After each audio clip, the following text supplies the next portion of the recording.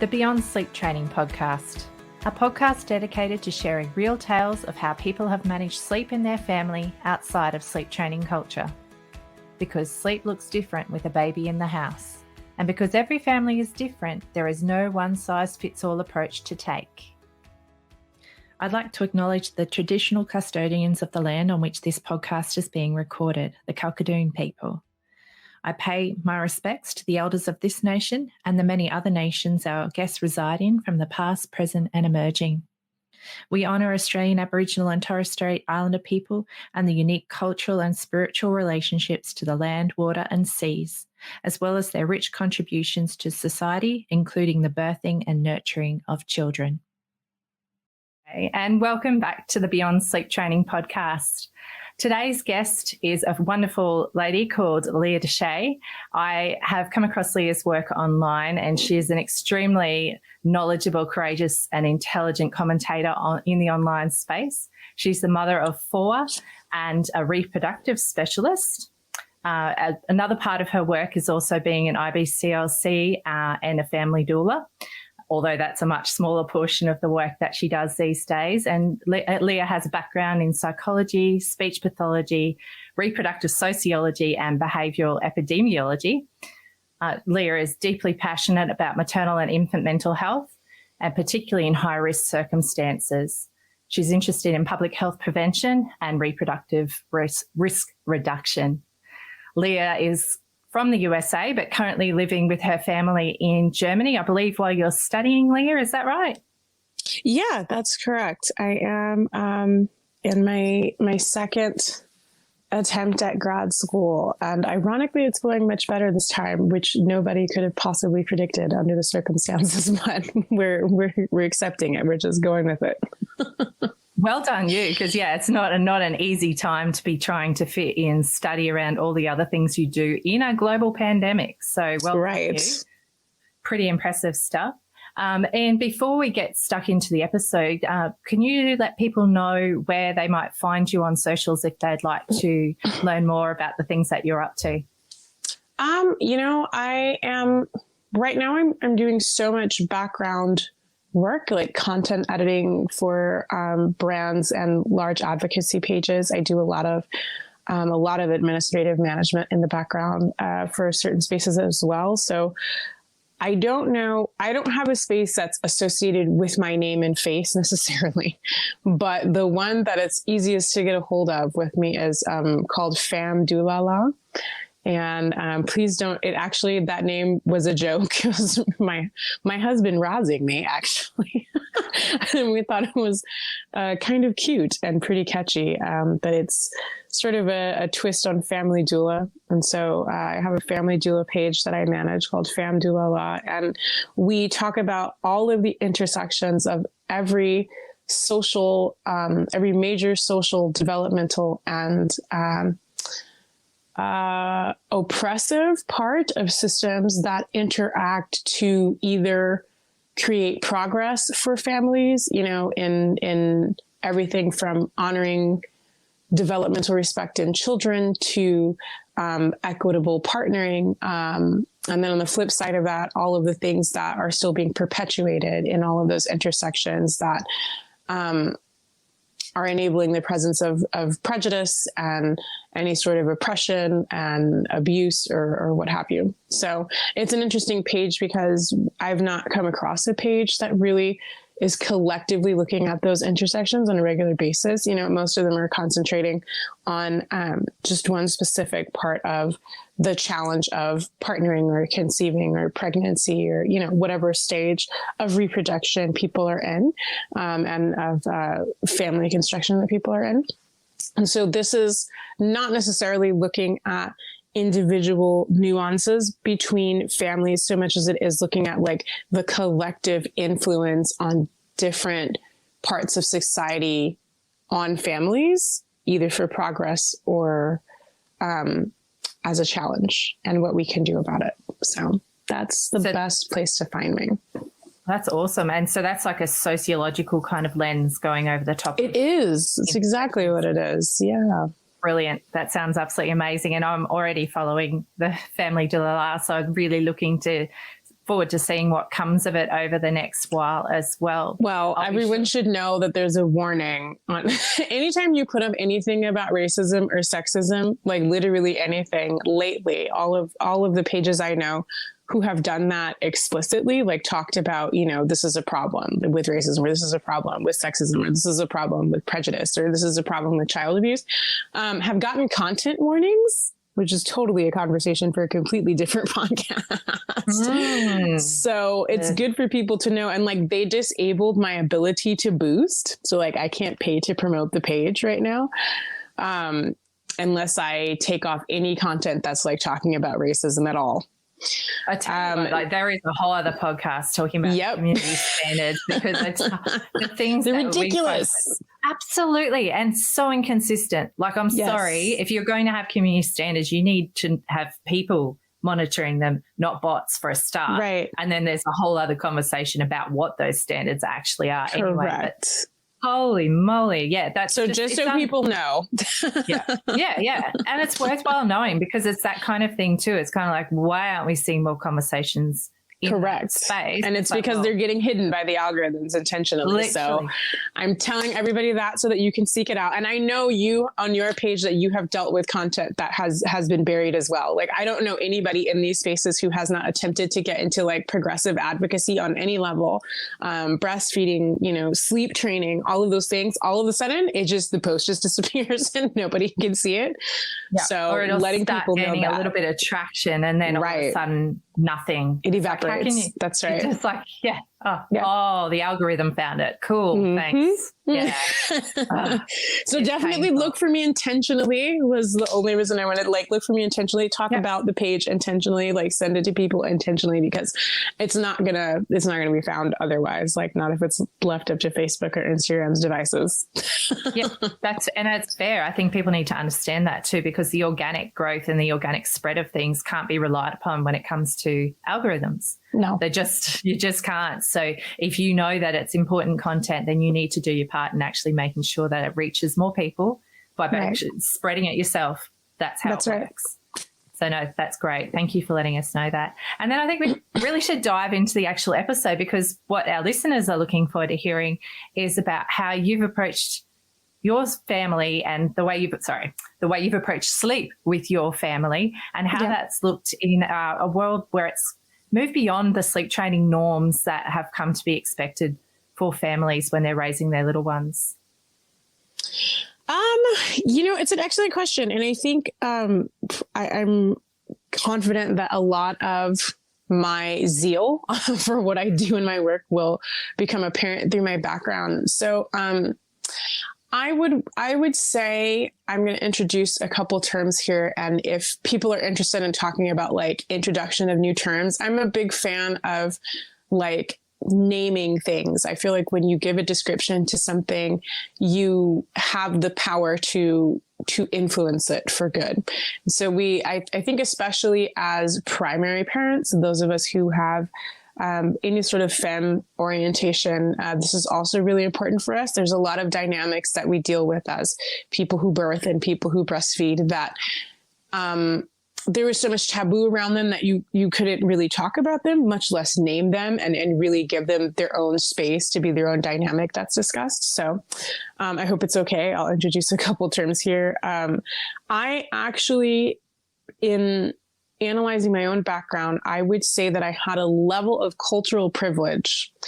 And cultural privilege for me is a term that I introduce a lot of terms on the Femme de la Loi page. And cultural privilege is when you come from a culture whose defaults already decentralized, abusive dynamics that are otherwise present in like default Western society. You know what I mean? So a lot of people who are still in touch with more indigenous backgrounds or who come from a counterculture sort of upbringing, frequently have cultural privilege in the sense that it has affected their mindset in a way that they are already they already notice the things about the society they're in that are damaging to them. And they have the wherewithal and the propensity to fight against them. The other type of cultural privilege is a completely different, I call that cultural entitlement. And so I differentiate between the two.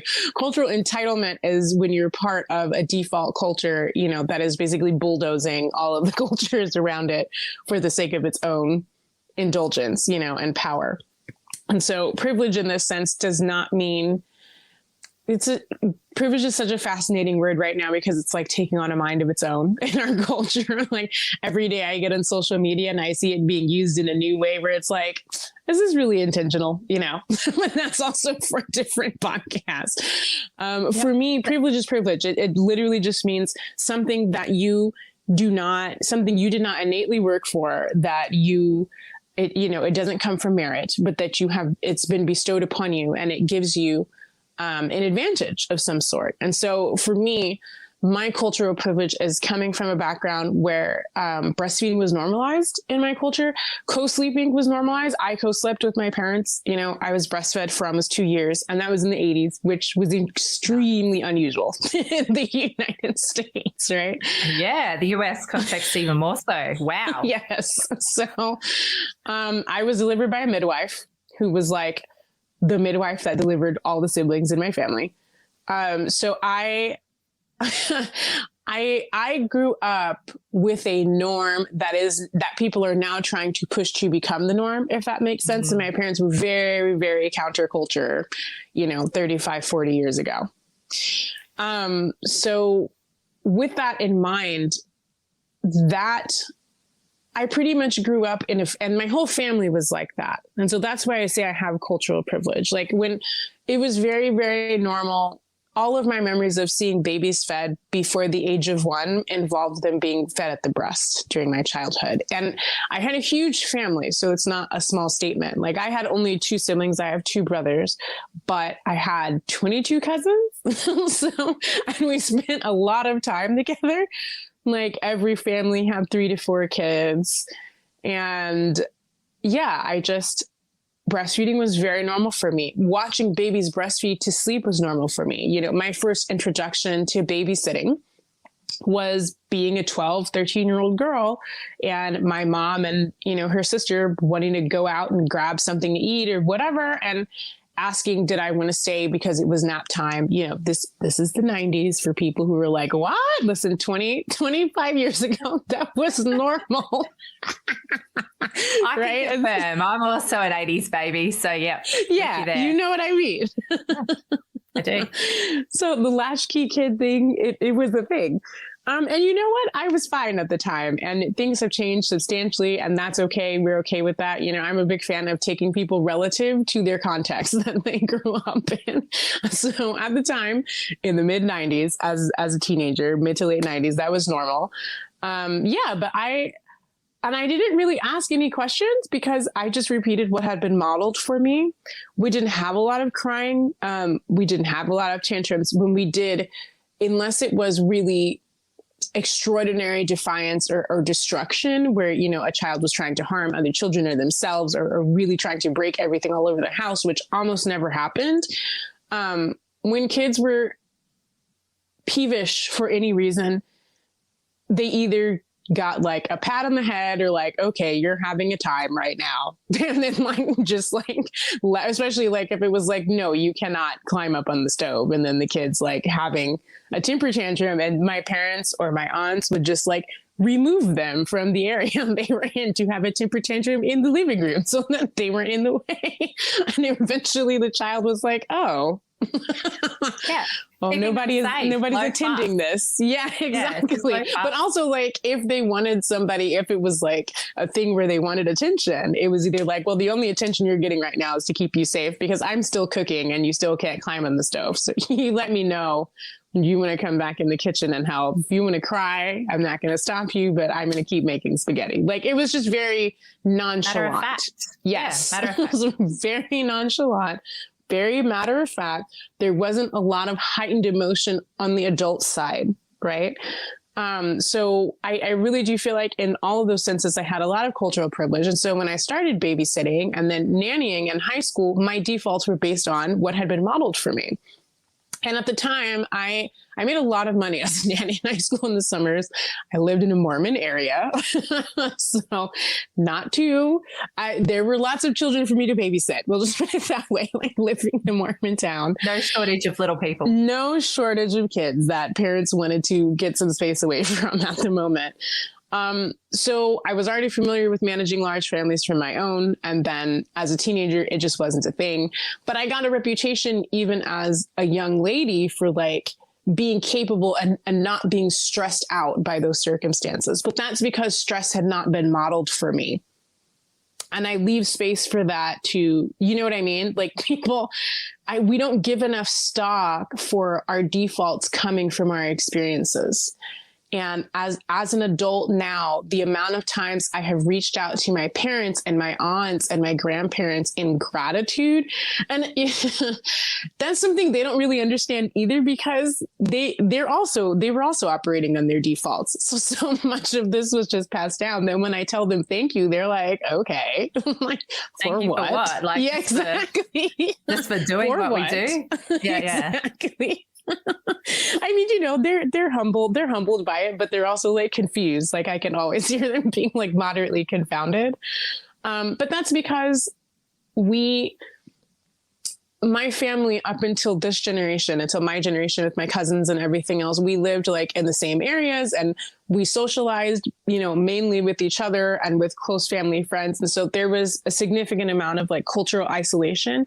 So I think my parents and my grandparents and like the older generations who are now 60 and above, they don't know what it's like they don't know the amount of stress that is involved in matrescence, in becoming a mother for so many women and people who identify that way. They don't understand the statistics about how the dynamics change in really negative ways for a lot of partnerships and a lot of marriages after they have children, because people are unprepared. And I don't say that in a way that it's not their fault they're unprepared, but our society does not do a good job of like giving people accurate expectations, helping people understand children's behavior. And for a lot of adults, there's so many things that they've never been given the opportunity or the support to unpack in their own childhood. The concupiscence of all of that bearing down on them once they have kids is just incredibly overwhelming. So as I came into my field, it was a lot of me lining up, like, why is my experience with my mental health and everything? Why is my default? Why are my assumptions so different than what's going on in society right now? And that happened in my early 20s. So 15-ish years ago. I'm dating myself now.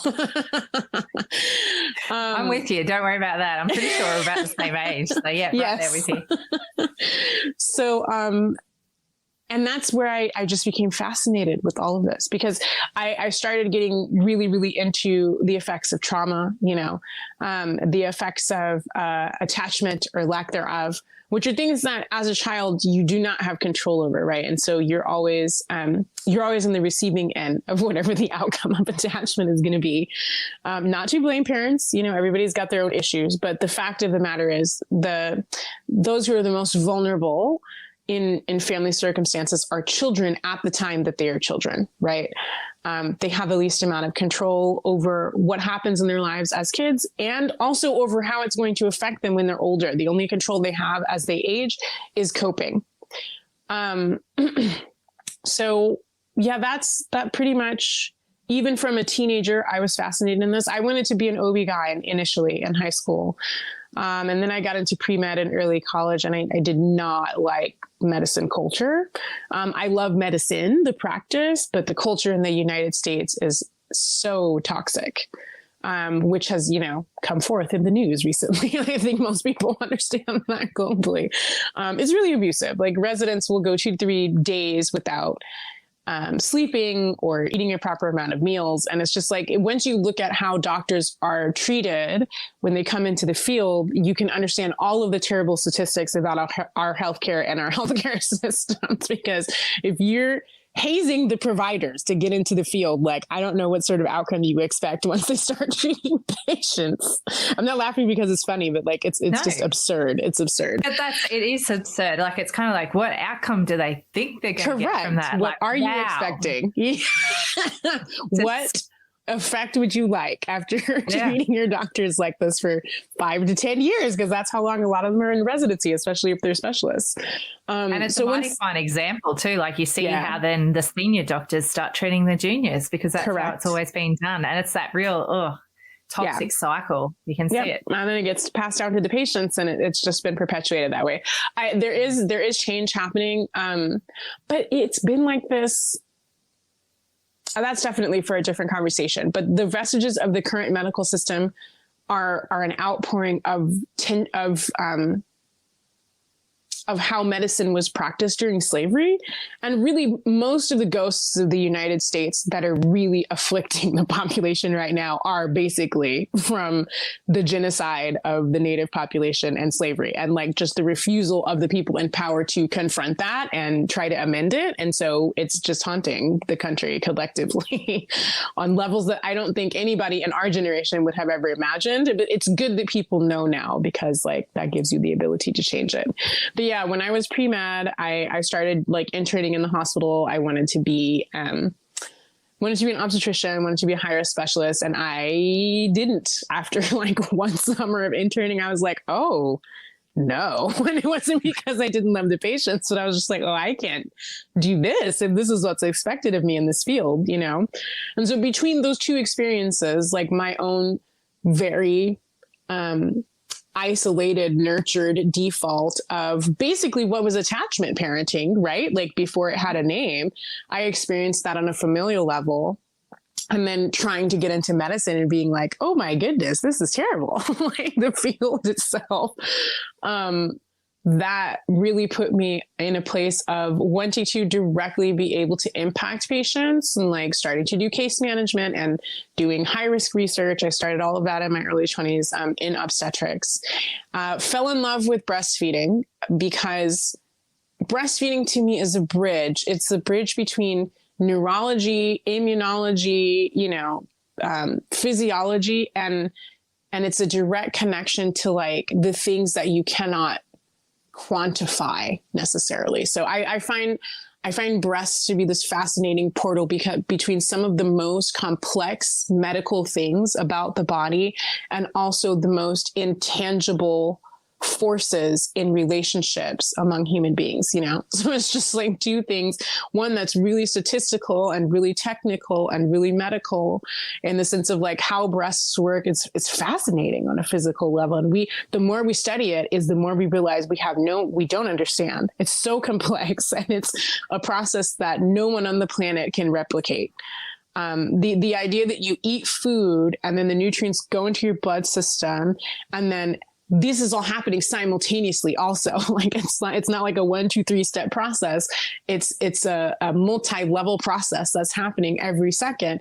And then you have this organ on your body that when you look at a child and feel like connected feelings, which are, how are we supposed to describe feelings? We try, we know what hormones are associated, but still when you feel a feeling, that's like, feelings aren't medical at all. A huge, amazing biophysical process happens where your body pulls the nutrients back out of your bloodstream, makes them into milk, and then like shoots them out of your organ into a kid. It's truly, there's never been a point in time that I try to explain how mammary glands work that I don't get fascinated with the body all over again, because it's truly the bridge, you know, it's just miraculous. It really is. It really is. And you can also see then why when breastfeeding doesn't work out, why it has such a profound impact. Absolutely. It's extraordinarily traumatic, and the trauma lasts a lifetime. You know, if you look at any sort of documentaries where you have women who are, you know, well on in their winter years and, you know, have grandkids that are independent, you ask them about their breastfeeding experiences, even more than birth. You can ask them about their birth and they might be at a place where they laugh and everything else, but you ask them about their breastfeeding, and if it was bad, they will go to a place of sorrow all over again. And I think it really is a testimony to what a profoundly complex process It is. So once I got introduced to that, and I got introduced to that doing an HIV research study in South Africa on breastfeeding, truly just, I love complex things, obviously. So I fell in love with, I fell in love with breastfeeding, like with everything about it, with the process, with the effect. And then the more I researched it, I was like, wow, you can actually like start to project the mental health of populations based on like the rate of breastfeeding. And like, you could collectively look at a population and possibly be able to guess how healthy the attachments are across the families, like based on their breastfeeding and sleep and birth experiences. This is amazing, right? And sometimes it's terrible. Like amazing can be many things. Amazing can be good. Amazing can be really bad. So I use that word on purpose. You can actually see the patterns. Absolutely. So from that point on, for the last 15 years, I've just been totally enthralled with everything about the topic. And this happened right before I got pregnant with my first child. She'll be 10. And that brings me to the next part of the journey. And I was just about to say, and we're coming up to our half hour shortly. So I feel like it might be a good spot if you're happy to stick around so we can hear about you and your babes, because that was a fascinating intro into how you actually came to be before you'd even had your babes. But are you okay if we finish up this episode and then we can carry on with another one? That'd be okay? Yeah, we can do that. Well, usually at the end of the episodes, I ask the guests if they've got a tip that they'd like to share with people who are listening along. Did you have one you'd like to share today? Yeah. I mean, I would say, and I'm going to be really specific, so I hope that's okay. Here, I consider myself a feminist, and I'm sure you know that about me. Most people who know me do.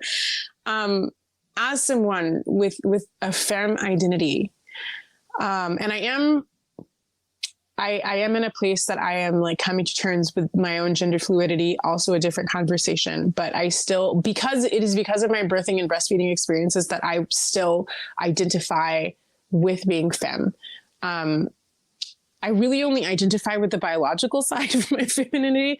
I do not consider myself extremely androgynous, from a social standpoint of gender. But for those who, biological birthing and breastfeeding and all of that as part of our identity, I really emphasize, allowing yourself to be completed by following your dreams and your passions. And that might seem like a really weird suggestion on a podcast like this, but it's relevant because the more we suppress our own needs and our own interests is the less capable we are of maintaining health in our relationships because we are struggling with our relationship with ourselves. Right.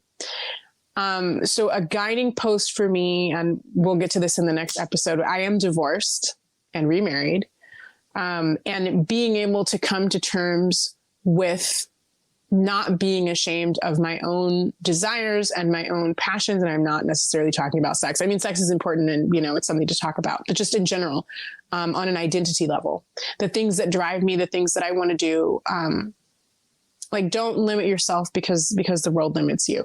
I was in a place before I had kids that I thought that I had to choose between being a researcher, being a provider, and being a mother, because unfortunately, one of the not so empowering sides of my upbringing, and I think for a lot of us who do have like quote unquote healthy family defaults, where you don't shame baby sleeping patterns and all of this, it is often bridled with the assumption of like, that is quote unquote the biological purpose of being female.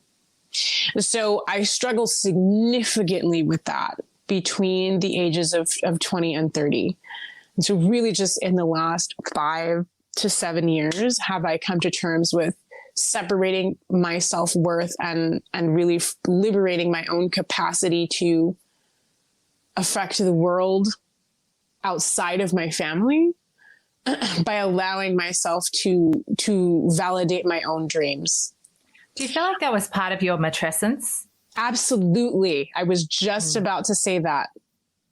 That was definitely one of the things for me too. It's like I had to go through this, actually my psychologist referred to it like going through a winter season while I was really in the thick of my matrescence, and everything did seem to fall away, but literally everything fell away.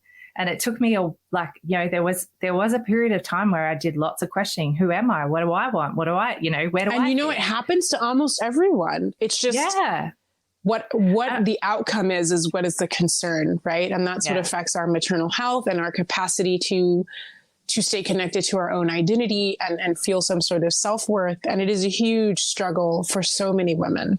It really is. And I don't know about you too, but I needed time.